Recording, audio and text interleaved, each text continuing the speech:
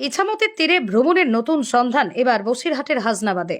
সবুজে ঘেরা মনোরম পরিবেশের মাঝেই ইছামতীর তীরেই খোলা হাওয়া পেতে চলে আসুন দক্ষিণ হাওয়া রিসোর্টে। উত্তর চব্বিশ পরগনার হাসনাবাদে খুব কাছেই ইছামতী নদীর তীরে গড়ে উঠল সবুজ আবয়বের বুক চিরে গড়ে ওঠা একচিলতে নির্জন শান্ত মনোরম উদ্যান দক্ষিণ হাওয়া রিসোর্ট। গ্রাম্য এলাকায় এই উদ্যানকে কেন্দ্র করে এলাকার বহু মানুষ নির্জন মনোরম পরিবেশে সময় কাটান। কেউ বা বন্ধু বান্ধব পরিবার পরিজনদের নিয়ে পিকনিক করতে আসেন, চাইলে কয়েকদিনও কাটাতে পারেন। উদ্যানেই মিলবে অত্যাধুনিক মানের কটেজ, যেখান থেকে জলরাশির ভিউ পাবেন। সুন্দর পরিবেশ, মানে আমরা তো জানতামই না এরকম একটা রিসোর্ট এখানে আছে। এসে আমি চারিদিকে ঘুরছি, মানে খুবই ভালো লাগছে। আর প্রাকৃতিক দৃশ্যটাও খুবই সুন্দর, নদীর ধারে খুবই ভালো লাগছে এবং ওয়েদারও যার জন্য খুবই ঠান্ডা, বেশ কমফোর্টেবল। মানে এখানে কি ঘুরতে যাওয়ার জন্য উপযুক্ত? এই উদ্যানের একপাশে যেমন বড় একটা জলাশয় আছে, পাশাপাশি অন্যদিকে একাধিক প্রকারের রংবাহারি ফুল ফলের গাছ দেখতে পাবেন।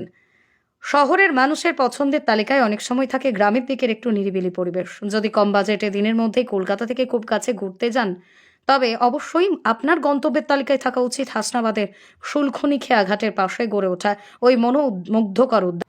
আমাদের এই দক্ষিণ হাওয়া রিসর্টে জাস্ট একটা বিনোদনের জন্য আমরা অনেক কিছু রেখেছি। বিনোদনের জন্য বিভিন্ন খেলনার সামগ্রী আছে, বাচ্চাদের বিভিন্ন খেলনা বিনোদন যেগুলো থাকছে, এবং আমাদের এখানে থাকবে দেখা যাচ্ছে খেলার টেবিল টেনিস থেকে শুরু করে র্যাকেট থেকে শুরু করে ভলিবল থেকে শুরু করে, এবং আমাদের বোর্ডিংয়ের ব্যবস্থা আমাদের সেটা শুরু করে আমরা খুব তাড়াতাড়ি বোর্ডিংটাও শুরু করব। এবং দেখা সবুজায়নের মধ্যে দিয়ে মানুষের সময় কাটানো, একটু বিভিন্ন সুন্দর ফুলের বাগান, এবং আমরা রুমগুলোতে রুচিসম্মতভাবে করেছি যে ব্যালকনিতে বসে নদীর ইছামতীর খোলা হাওয়া, এবং আমাদের বাংলাদেশ বর্ডারটাও আমাদের খুব কাছাকাছি এখান থেকে। ট্রেনের শিয়ালদহ স্টেশন থেকে হাসনাবাদ লোকাল ধরে হাসনাবাদ স্টেশনে নেমে কয়েক মিনিটের মধ্যেই পৌঁছে যাবেন এই রিসোর্টে। পরিবার সহ সবান্ধবে এখানে পিকনিক করতে পারেন। সব মিলিয়ে কলকাতা শহরের পাশেই টাকি ঘোরার পাশাপাশি ছোট্ট একটি গ্রাম্য পরিবেশে ভরা এই উদ্যানটির সৌন্দর্য অন্য মাত্রা আনবে।